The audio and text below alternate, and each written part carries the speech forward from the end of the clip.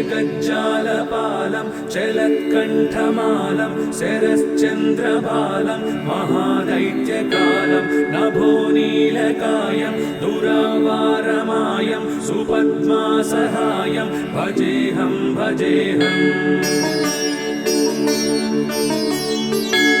सदाम्बोधिवासं गलत्पुष्पहासं जगत्सन्निवासं शतादित्यभासं गदाचक्रशस्त्रं लसत्पीतवस्त्रं हसच्चारुवक्त्रं भजेऽहं भजेऽहम्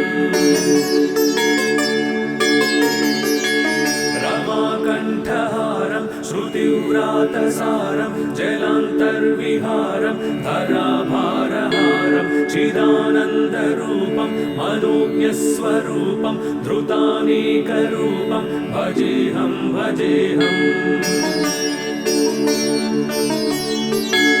जराजन्महीनं परानन्दपीनं समाधानलीनं सदैवानवीनं जगज्जन्महेतुं सुरानीककेतुं त्रिलोकैकसेतुं भजेऽहं भजेऽहम् नायगानं खगादीशयानं विमुक्तिर्निदानं हरारादिमानं स्वभक्तानुकूलं जगद्वृक्षमूलं निरस्तार्थशूलं भजेऽहं भजेऽहम् समस्तामरेशं द्विरेफाभकेशं जगद्बिम्बलेशं हृदाकाशदेशं सदा दिव्यदेहं विमुक्ताखिलेहं सुवैकुण्ठगेहं भजेऽहं भजेऽहम्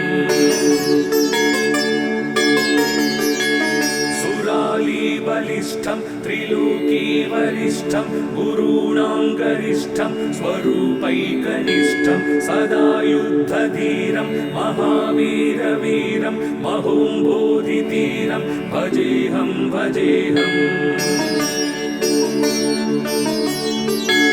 रमावामभागं तलानग्रनागं कृताधीनयागं गतारागरागं मुनीन्द्रैः सुगीतं सुरैः सम्परीतं पुलौधौरतीतं भजेऽहं भजेऽहम् यस्तु नित्यं समाधाय चित्तं पठेदष्टकं कण्ठहारं मुरारे स विष्णोर्विशोकं ध्रुवं याति लोकं जराजन्मशोकं पुनर्विन्दते नो जगज्जालपालं चलत्कण्ठमालं शरश्चन्द्रबालं महादैत्यकालं नभोनीलकायं दुरावारमायं सुपद्मासहायं भजेऽहं भजेऽहम् सदाम्बोधिवासं गलत्पुष्पहासं जगत्सन्निवासं शतादित्यभासं गदाचक्रशस्त्रं लसत्पीतवस्त्रं हसच्चारुवक्त्रं भजेऽहं भजेऽहम् रमाकण्ठहारं श्रुतिव्रातसारं जलान्तर्विहारं धराभारहारं चिदानन्दरूपं मनोज्ञस्वरूपं धृतानेकरूपं भजेऽहं भजेऽहम् जराजन्महीनं परानन्दपीनं समाधानलीनं सदैवानवीनं जगज्जन्महेतुं सुरानीककेतुं त्रिलोकैकसेतुं भजेऽहं भजेऽहम् नायगानं खगादीशयानं विमुक्तिर्निदानं हरारादिमानं स्वभक्तानुकूलं जगद्वृक्षमूलं निरस्तार्थशूलं भजेऽहं भजेऽहम् समस्तामरेशं द्विरेफाभकेशं जगद्बिम्बलेशं हृदाकाश दुरावासदेशं सदा दिव्यदेहं विमुक्ताखिलेहं सुवैकुण्ठगेहं भजेऽहं भजेऽहम् बलिष्ठं त्रिलोकीवरिष्ठं गुरूणां गरिष्ठं स्वरूपैकनिष्ठं सदा युद्धधीरं महावीरवीरं महोम्बोधितीरं भजेऽहं भजेऽहम् रमावामभागं तलानग्रनागं कृताधीनयागं गतारागरागं मुनीन्द्रैः सुगीतं सुरैः सम्परीतं गुणौधौरतीतं भजेऽहं भजेऽहम् इदं यस्तु नित्यं समाधाय चित्तं पठेदष्टकं कण्ठहारं मुरारे स विष्णोर्विशोकं ध्रुवं याति लोकं जराजन्मशोकं पुनर्विन्दते नो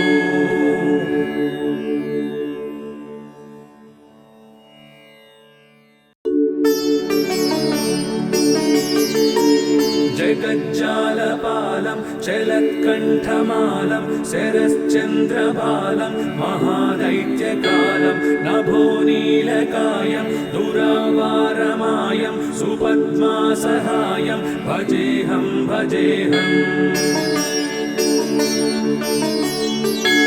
सदाम्बोधिवासं गलत्पुष्पहासं जगत्सन्निवासं शतादित्यभासं गदाचक्रशस्त्रं लसत्पीतवस्त्रं हसच्चारुवक्त्रं भजेऽहं भजेऽहम् रमाकण्ठहारं श्रुतिव्रातसारं जलान्तर्विहारं धराभारहारं चिदानन्दरूपं मनोज्ञस्वरूपं धृतानेकरूपं भजेऽहं भजेऽहम्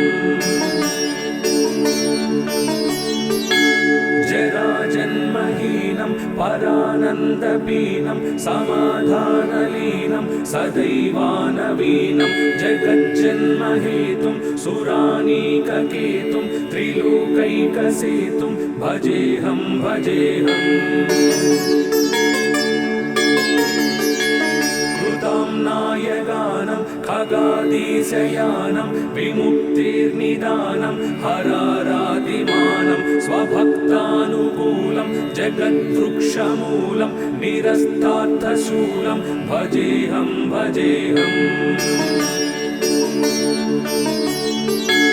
समस्तामरेशं द्विरेफाभकेशं जगद्बिम्बलेशं हृदाकाशदेशं सदा दिव्यदेहं विमुक्ताखिलेहं सुवैकुण्ठगेहं भजेऽहं भजेऽहम् बलिष्ठं त्रिलोकीवरिष्ठं गुरूणां गरिष्ठं स्वरूपैकनिष्ठं सदा युद्धधीरं महावीरवीरं महोम्बोधितीरं भजेऽहं भजेऽहम् रमावामभागं तलानग्रनागं कृताधीनयागं गतारागरागं मुनीन्द्रैः सुगीतं सुरैः सम्परीतं गुणौधौरतीतं भजेऽहं भजेऽहम् इदं यस्तु नित्यं समाधाय चित्तं पठेदष्टकं कण्ठहारं मुरारे स विष्णोर्विशोकं ध्रुवं याति लोकं जराजन्मशोकं पुनर्विन्दते नो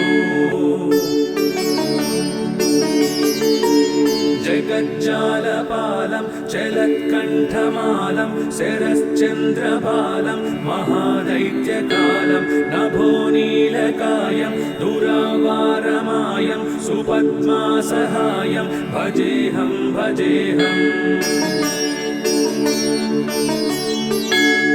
सदाम्बोधिवासं गलत्पुष्पहासं जगत्सन्निवासं शतादित्यभासं गदाचक्रशस्त्रं लसत्पीतवस्त्रं हसच्चारुवक्त्रं भजेऽहं भजेऽहम् रमाकण्ठहारं श्रुतिव्रातसारं जलान्तर्विहारं धराभारहारं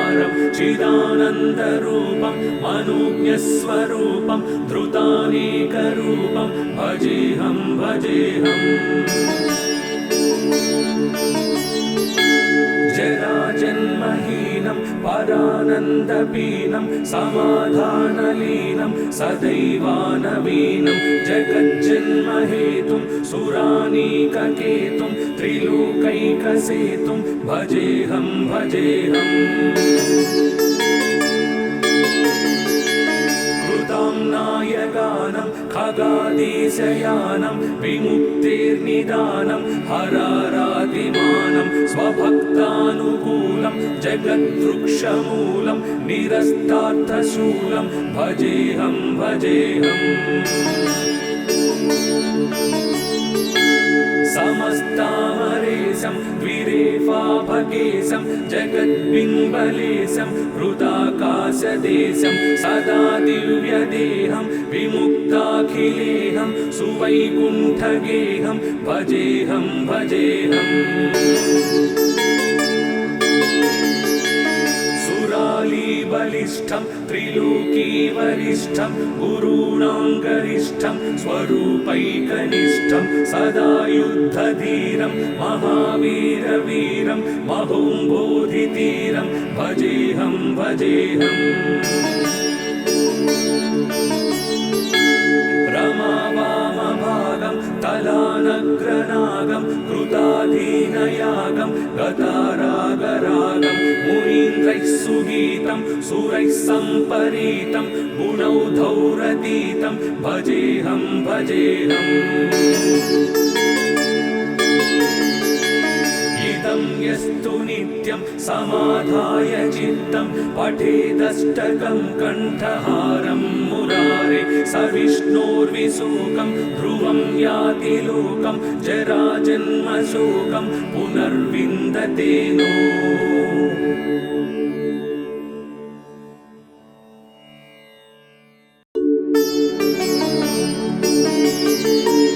जगज्जालपालं चलत्कण्ठमालं शरश्चन्द्रबालं महादैत्यकालं नभोनीलकायं दुरावारमायं सुपद्मासहायं भजेऽहं भजेऽहम् सदाम्बोधिवासं गलत्पुष्पहासं जगत्सन्निवासं शतादित्यभासं गदाचक्रशस्त्रं लसत्पीतवस्त्रं हसच्चारुवक्त्रं भजेऽहं भजेऽहम् रमाकण्ठहारं श्रुतिव्रातसारं जलान्तर्विहारं धराभारहारं चिदानन्दरूपं मनोज्ञस्वरूपं धृतानेकरूपं भजेऽहं भजेऽहम्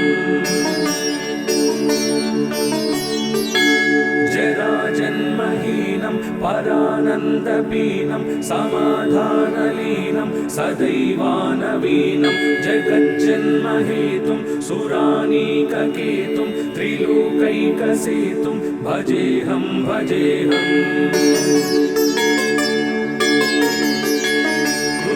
नायगानं खगादीशयानं विमुक्तिर्निदानं हरारातिमानं स्वभक्तानुकूलं जगद्वृक्षमूलं निरस्तार्थशूलं भजेऽहं भजेऽहम्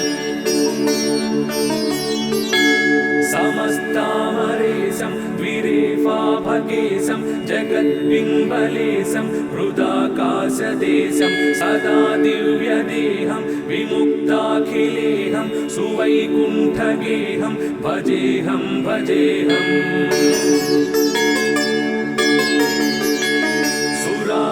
बलिष्ठं त्रिलोकीवरिष्ठं गुरूणां गरिष्ठं स्वरूपैकनिष्ठं सदा युद्धधीरं महावीरवीरं महोम्बोधितीरं भजेऽहं भजेऽहम्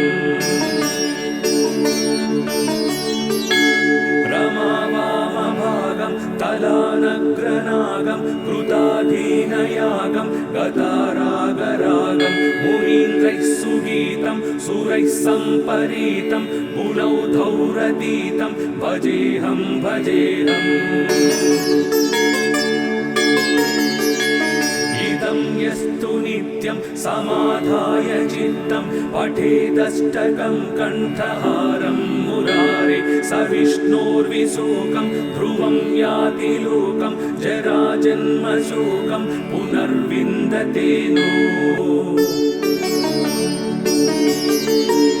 जगज्जालपालं चलत्कण्ठमालं शरश्चन्द्रबालं महादैत्यकालं नभोनीलकायं दुरावारमायं सुपद्मासहायं भजेऽहं भजेऽहम्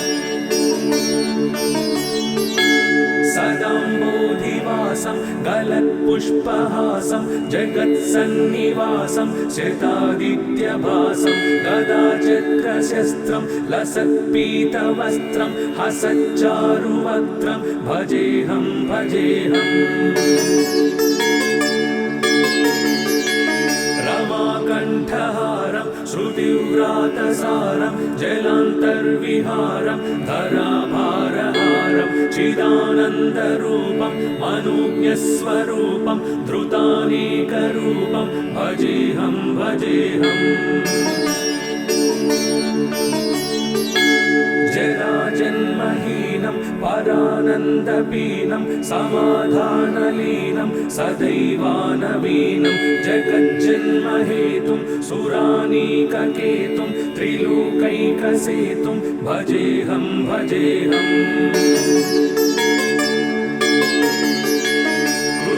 नायगानं खगादीशयानं विमुक्तेर्निदानं हरारातिमानं स्वभक्तानुकूलं जगद्वृक्षमूलं निरस्तार्थशूलं भजेऽहं भजेऽहम् समस्तामरेशं द्विरेफाभकेशं जगद्बिम्बलेशं हृदाकाशदेशं सदा दिव्यदेहं विमुक्ताखिलेहं सुवैकुण्ठगेहं भजेऽहं भजेऽहम् बलिष्ठं त्रिलोकीवरिष्ठं गुरूणां गरिष्ठं स्वरूपैकनिष्ठं सदा युद्धधीरं महावीरवीरं महोम्बोधितीरं भजेऽहं भजेऽहम् रमावामभागं तलानग्रनागं कृताधीनयागं गतारागरागं मुनीन्द्रैः सुगीतं सुरैः सम्परीतं गुणौधौरतीतं भजेऽहं भजेऽहम् इदं यस्तु नित्यं समाधाय चित्तं पठेदष्टकं कण्ठहारं मुरारे स विष्णोर्विशोकं ध्रुवं याति लोकं जराजन्मशोकं पुनर्विन्दते नो